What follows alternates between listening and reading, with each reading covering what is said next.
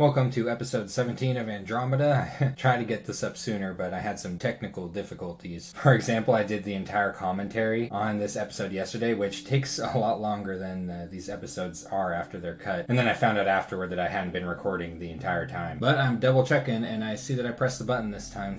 And this is a pretty exciting turn we have here. The biggest battle that's happened so far in this game is going down, and it could potentially be decisive for Andromeda. And we'll go ahead and check out that battle right away. So for this battle, Andromeda has fielded around 40 Oreopodas, a huge pile of skeletons. He's got 3 warrior sorceresses here in the back. His prophet is present, as well as a couple of spirit guides who are scripted to cast Frighten. This one has been shrunken, drank the wrong potion. And Urmor has fielded 40 Equitae to flanking parties surrounding a line of Hastati. He's brought along his prophet along with a second H3 priest, and this is just some PD from the province back here. So this is a pretty hard one to call. Both of these attack rear groups right here have something standing in their way. A big pile of skeletons, and then Andromeda's got this kind of oblique order thing going on. They have about the same amount of sacreds in this fight, but Andromeda has all of his on one side, whereas Urmor has divided his up. So while these skeletons are only going to last for so long on the flank here against all these Equitae, this right here is not looking like these Equitae are going to be able to hold this off from advancing forward. And yeah, you can see skeletons are just getting erased back there, but a bunch of Oreopodas have actually managed to surge forward and not be intercepted by these Equitae. However, a group of Equitae are coming back threatening Andromeda's commanders, but the warrior sorceresses are holding them up with Tanglevine spam. While these Oreopodas have nothing standing in their way, these Hastati are not enough to deal with even just this small amount of Oreopodas, and more are coming through. These Equitae have been routed. However, things are not looking good for Andromeda's commanders over here. This is way too many Equitae to be able to hold off with just a few commanders spamming Tanglevines, and at least this thing is spamming Watering Death, so some of these are going to be dying. But almost everything has been cleared out of this side on Urmor. All he has left are his commanders. He's got a couple of he's got 1 Centurion left over here, his prophet, and an H3 priest. Yeah, 2 of the warrior sorcerers have been killed. Now all that's left over here is his prophet. And it's actually looking like this is going to be, yeah, here's Urmor's prophet right here. It's dead. So is the last Centurion here. Neither of them have any commanders left. Andromeda is routing. Funnily enough, Urmor's Equitae are not routing. They're actually intercepting the routing Oreopodas. And even if there was a rout from Urmor, this Equitae back here is asleep, and this one is crippled, so he would have probably been last off of the field regardless. And even if all of these Equitae had to fight the remaining Oreopodas, about 20 each survived the battle up to this point. The Equitae almost would have certainly come out on top. So though this battle was in some senses very close, as both forces lost all of their commanders, this was really messy. This was a really messy fight. Urmor came out on top, and then I said 20 of his Equitae were remaining, and that was true on the battlefield because about 10 of them routed when the larger group of Oreopodas pushed them off of that flank. Urmor came off holding the province and with more surviving sacreds, whereas the only things that survived from Andromeda's army were around 12 Oreopodas. It says here that 20 weren't outright killed in the battle, and I think it was 12 that made it back to friendly territory, which we'll see on Andromeda's turn. So this battle ended up being very good for Urmor. While it is true that he doesn't have any priests over here at the moment to bless his Equitae, nor does he have any commanders around who are capable of formations, he does have both of these things close by in the range of shadow on their way. So within the next couple of turns, he should be able to clean all of this up and have another standing army, which will definitely be able to put a lot of pressure on Andromeda on this point, as the only army he has left is sitting on his capital. Other than the one that just raided the Mercs, but it's not very big. It's just some Long Dead and Amazons. Which, yeah, these other 2 battles here is Urmor taking Bogatin again against just 1 PD, and Andromeda raiding the Mercs, just 6 PD here. And, I was saying last turn it might have been bad for Andromeda to split this army up off of his main one.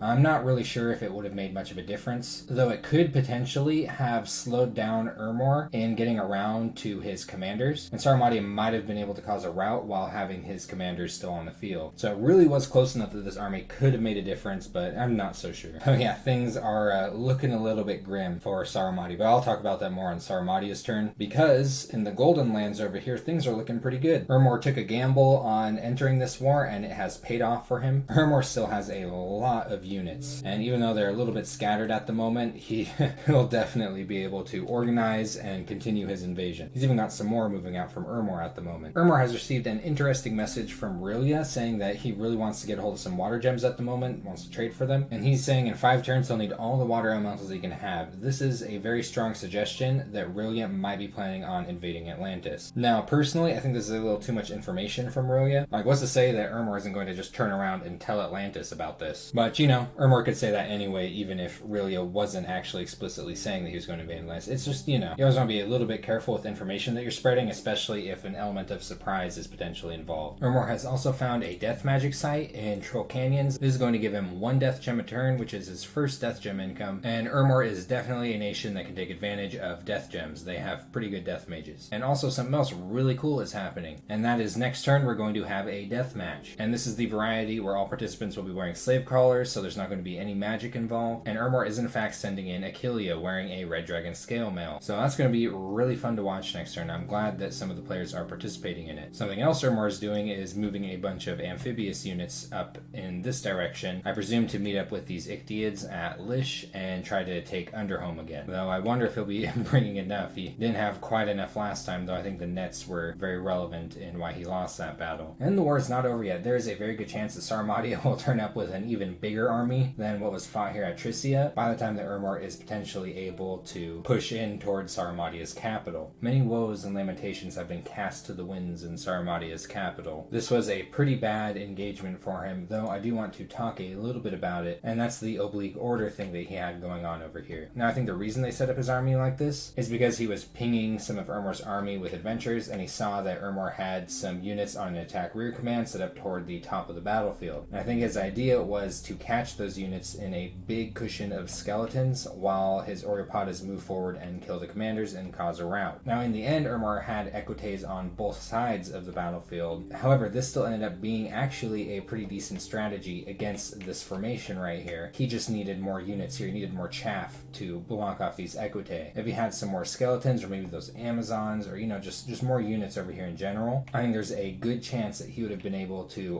wipe out all of Ermor's backline and commanders. So what I'm saying here is, you know, take notes. This formation, when done with the correct numbers, could potentially counter a formation like this one. But it was not countered for Sarmatia, and now Sarmatia has to pick up the pieces. He's got 12 surviving Oreopatas, and he's sending commanders out to pick those up right now, probably to bring him back to his capital. I imagine he's going to start looking like a city-state soon. Which, I mean, as long as he keeps up his recruitment and stays on his research goal toward Enchantment 5, it might be pretty difficult to dig him out of his capital. Now, I think it's a little too early to say that things are just over for Sarmatia. There's still potentially some things that could happen that could change the way that this war is going. But at this point, I think he would be reliant on other people intervening to dig him out of this mess. Still though, it's looking like he is fully prepared to fight. He's not giving up, which could end up being very costly for Ermor if he continues to press toward the capital, and that could weaken him. Oh man, Caelim's turns are almost like a breath of fresh air after looking at what's been going on with Ermor and Sarmatia for so long. It's just so serene here. He finally did get a hold of this throne, and he has instantly started recruiting Adepts of the Iron Order. This mage is absolutely incredible. It doesn't matter what nation you're playing. This mage is super good. One of the best throne mages in my opinion. And out of all of his site searching, he did manage to find one magic site here in Fungwood, a Sunridge. So now he's actually making more fire gems per turn than he is air gems. Hopefully he will find something to do with these, though in his current research goals, it'll be a while. There's not really much to do in evocation for E.A. Caelim with fire gems. Something he could do though, now that he has these Adepts of the Iron Order, is that when he gets either, you know, an E3 random, or if he builds some boots for them at Construction 4, though the E3 random would be faster because he already has Construction 2. He could build a Dwarven Hammer and start putting those fire gems to work building, you know, maybe even just armor for his mages. Dragon Helms and Fire Plates are a very, very good use of fire gems if you don't have very powerful fire mages, you know, if you just have F1 mages running around all over the place. And of course, down the line, he will definitely be able to spam Lightless Lanterns. Now, he doesn't seem to be moving moving anyone into the arena this turn, which is kind of a bummer. Not even Fuyafusa is going to at least send Fuyafusa. He hasn't done anything yet. Look at this guy. He's brimming with potential. You've got to give him a chance. And thus far, I've been pretty hesitant to include mods on these games for several reasons. One is that for a lot of players, this is like one of their first games, if not their first game, and I don't want to make it too confusing for them. I like set up mods and things like that. Another is just relevance to the viewers. I feel like the best way to make the information that you are seeing here as an audience member relevant to you is just to stick to vanilla, because that's going to, hit on average the most amount of people who are watching. Another thing is some people don't really like all of the mods that are considered kind of standard by certain portions of the community, which does include me. There are some mods that are really popular that I personally don't really like to play with. But one I have been considering for these games, and now I'm very strongly considering it, is Better Arena. And what Better Arena does is it makes it so that your reward for winning the arena battle is you get a random artifact item, a Construction 8 unique, which heavily incentivizes arena involvement without really being game breaking in any way. And I think that's perfect, especially for a YouTube series like this, where, we want to see arena battles. I want to see people fight. Give me fight. So that's something that you very well may see in future games on this channel. But yeah, Calum is on pure comf at the moment. Like, he is building up an army. I do hope that he's going to put it to work. Like, this map is really making it difficult for him to do something like a throne rush. But there is going to be a portion of this game where Calum will potentially be the most terrifying player on this map. And that's when he hits Evocation 5, which he will be hitting soon, and he will have Storm and Thunderstrike online. And not a lot of people who went with Sacred builds are relying on shock resistance. And one of them has Cold Dominion. So I'm hoping to see some aggression from Calum around the early mid game, as that's when Calum gets really freaking muscular between just really powerful evocation and just having flying armies that can decimate enemy mage lines. And on top of that, he does have limited Skelly spam potential and could end up surprising people with these Adepts of the Iron Order if they didn't, check the throne here in statistics after they saw that Calum had taken it. And Helheim did stale last turn. I don't remember precisely why, but he could even be attacked while staling. It doesn't make a difference to him. He's Helheim. He doesn't need luck. Atlantis is raiding Helheim's coastal territories yet again. He's got about 800 gold worth of units and commanders here, including his prophet. And he's up against around, I think, 15 or so Hellhirdings. So you might be able to tell what's going to happen here without looking. For those of you that don't, this is what's happening. Atlantis is getting shredded by these sacreds, and he's going to lose his prophet as well. And look at this. These Hellhirdings are, even with their swiftness, are even running up and cleaning up the rest of the routers. Really bad for Atlantis. And it's almost like it doesn't make a difference. Oh, wait. Atlantis did kill a single Hellhirding. That's a capital only unit here. None of these are capital only. So Atlantis spent 800 gold and his prophet to take care of a capital only 65 gold unit. Was that worth it?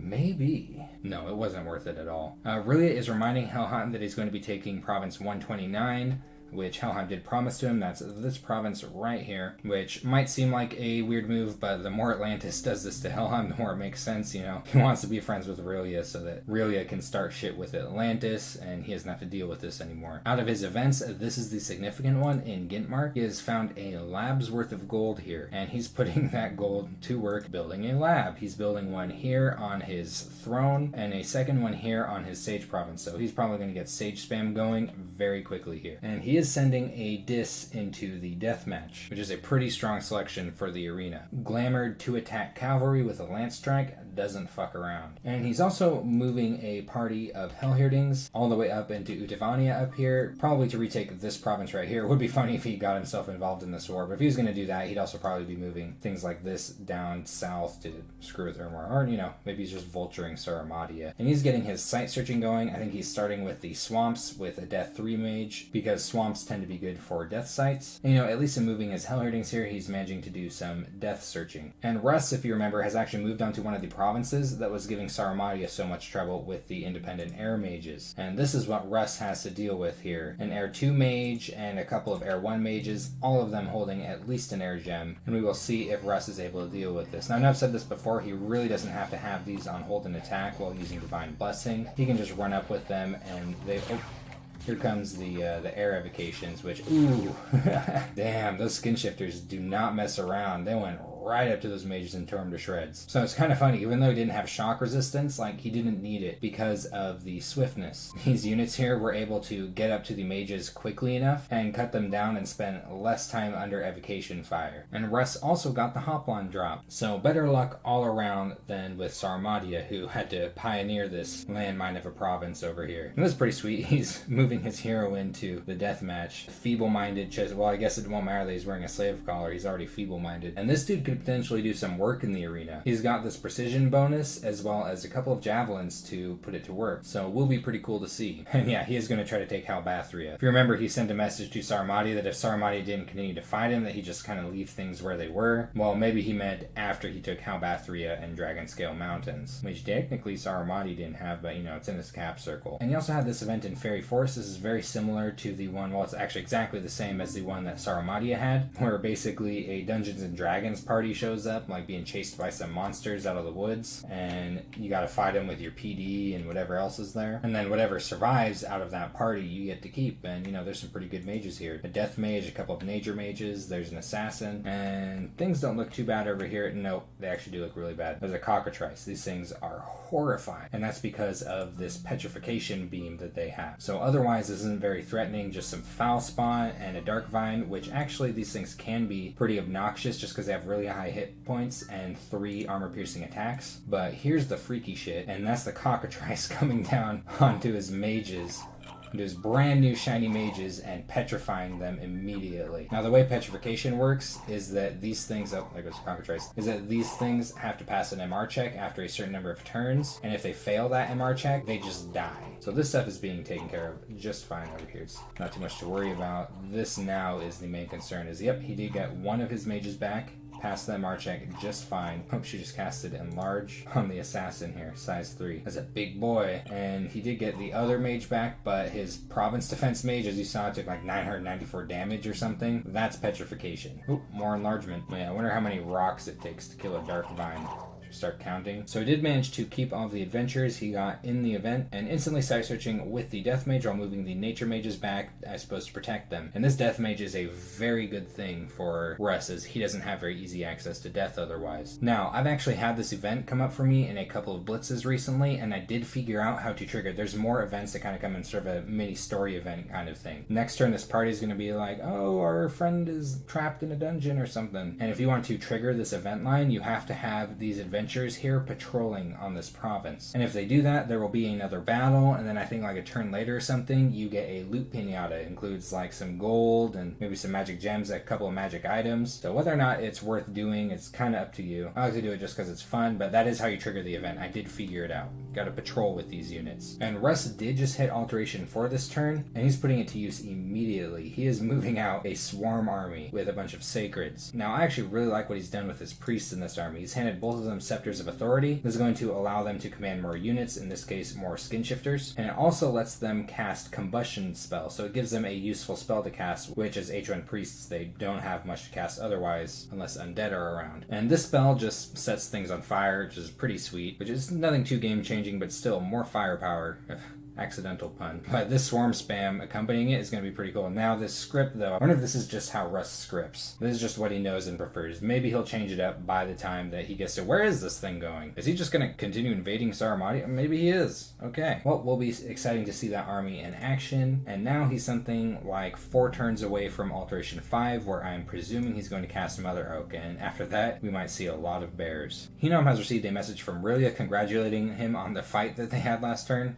I mean, at least he's a good sport. And Hinam did just reach Construction 3, so he's now able to cast Legions of Steel, which will increase the protection on the armor on his units. And this here is just him retaking the province that Rilia took a few turns ago, which of course he did so easily. Really only put a point of PD on it, and these are just retreated slave guardians from that battle that they had. And right away, he's trying to preach off the death scales from this province. Probably going to need to build a temple up here to keep the death scales out of his territory. We've got an unsuccessful casting of Dark Knowledge, and if you remember last turn, he moved a Death Mage onto Pack Woods to start entering the animal cemetery here and getting a hold of carrion beasts. And what this site does is it gives him about 3 of these per turn, 2 of them of one variety and 1 of the other. All of these have a Sleep Vine attack, which does quite a bit of fatigue damage, as well as a bite attack on top of that. And the main difference between these two units is this one is a little bit more offensive. It's got higher attack and defense skill and is faster in combat, whereas this one right here is a little tankier. It's got more hit points, twice as much protection, which isn't very much when the other one's protection is 1. It's a little bit slower, and it also does have slightly more strength, but lower attack and defense skill. But either way, really cool units. Definitely worth having a mage like this, just that's kind of cheap. Sit on top of it and collect them every single turn. Now, Hinnom is actually moving an army in this direction, and I'm not really sure what he's planning on doing with it. He might just be kind of putting it in a central position where he could then respond to whatever happens, or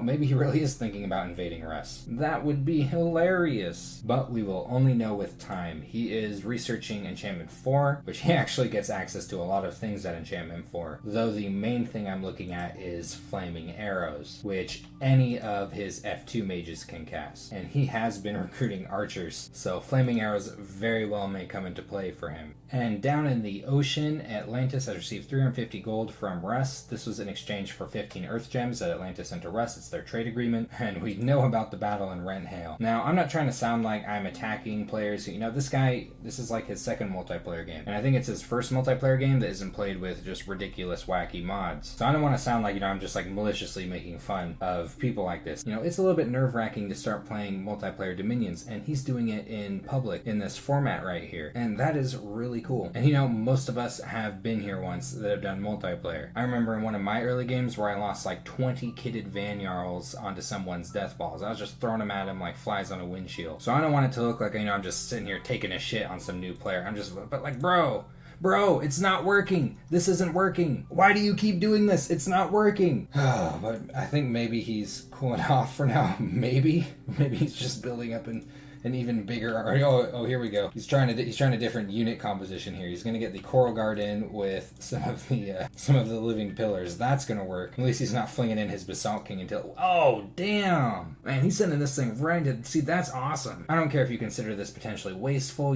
Throwing in some big ass expensive mage like this into the arena. But yeah, that's dope. I respect that. And honestly, this thing is swole as shit. It's got 51 HP, really high natural protection. So even without armor or anything like that, like this thing is a force to be reckoned with. It is the slave collar form of arena though, so he'll be feeble-minded, no magic, still a powerful commander even in melee. Look at this here. Not even the ocean is safe from these hags that are always cursing the land with Misfortune 3. It's a sea hag though. Down here they have sea hags. Not regular hags, sea hags. It looks like his idea here wasn't to site search with this, he is just moving it over to build a lab. Doesn't seem too concerned about building any temples, even though his scales are so beautiful, though he didn't build these scales. But I suppose he's not really in the biggest hurry here for infrastructure, though unbeknownst to him, Relia has been talking some shit over here. And Relia has received a message from Sarmatia. Sarmatia is just sharing Russ's bless with Relia. And has received a hilarious message from Atlantis. Atlantis is telling Relia about how he's just destroying Helheim right now. And that Helheim is offering him 500 gold for a nap, which funnily enough wasn't exactly false. But the reality of it was that Atlantis sent 500 gold to Helheim in exchange for potentially taking a province. And Helheim didn't let him take that province. And Helheim offered to give him the gold back if Atlantis accepted a non-aggression pact. And Atlantis ignored that offer. Just kept invading him. But I don't think Relia can actually see the stuff that's going on over here. Yeah, he doesn't have any scouts or anything like that over here. But he does at least know that Helheim has all of this land up here, so maybe Relia's a little bit skeptical of that message. Relia continues to find magic sites. He has found so many magic sites this game. A submerged lab gives him a pearl a turn, and this one is actually a pretty big deal. He found a basalt mirror, which gives him free scry. All it costs is a mage turn, and he has the perfect mage to do this. The slave mage here, so he doesn't have to have one of his pricier fish dudes sitting on this province scrying all the time. Whoa. But this could be invaluable if he ends up in a war with Atlantis. He could be scrying all of this territory right here. And he definitely should be every single turn if he is planning on warring with Atlantis, as he has said he is to multiple other people. And he is moving all of this stuff up into 129, Rust style, right in the middle. His naming conventions look pretty strict here. Hopefully this will be enough slave guardians to take on 10 Helheim PD. So that's been turn 18 of Andromeda. Pretty big battle this turn. More to come, and looks like there are a few wars that might be brewing in the near future. And next turn, we got an arena battle. It's going to be pretty fun to watch, though as of yet, people don't really have much of their construction online, things like that, so not as much armor and weapons. Still will be cool to see who comes out on top, and I will see you there.